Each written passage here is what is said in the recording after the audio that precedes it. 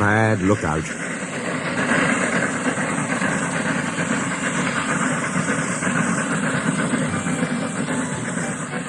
Renias and Skarloey were talking quietly to Culdee next morning when Duncan stormed up, followed by Sir Handel.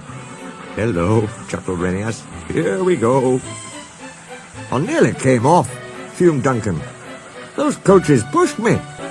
The thing controller says they didn't. He says I kept a bad lookout. We've no money to mend you, he said. And if it happens again, I'll leave you at the back of the shed. Why does he always pick on me?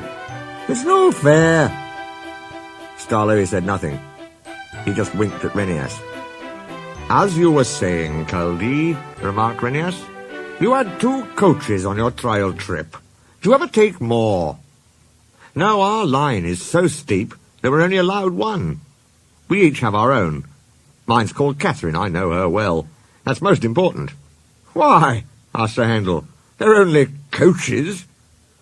"Ours," said Culdee, "are something more. You pull your coaches, and you can see ahead. We push ours up, so we can't see.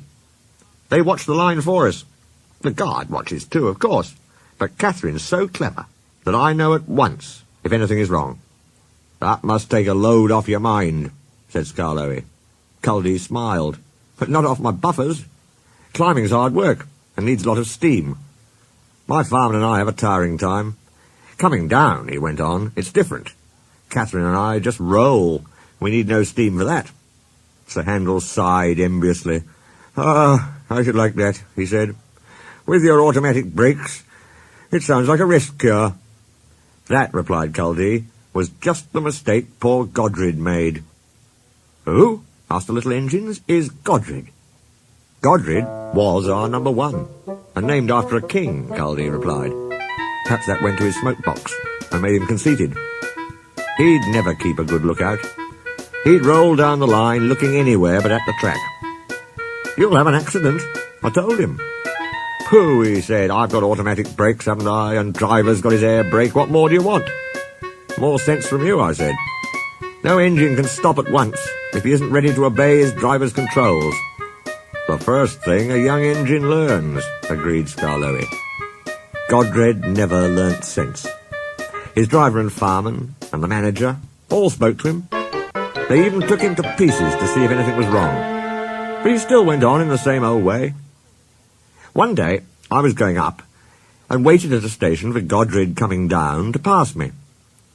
As I waited, so it happened. One moment he was on the track. The next, his driver and fireman jumped clear as he rolled over. No one was hurt. His coach stayed on the rails, and the guard braked her to a stop. They brought Godred home next day. 'We've no money to mend you,' said our manager, 'so you'll go to the back of the shed.' As time went on, poor Godred got smaller and smaller, till nothing was left." What happened?" asked Duncan anxiously. "It's not nice to talk about," said Culdee. "But what happened? Why isn't it nice?" "Our drivers used Godred's parts to mend us," answered Culdee mournfully.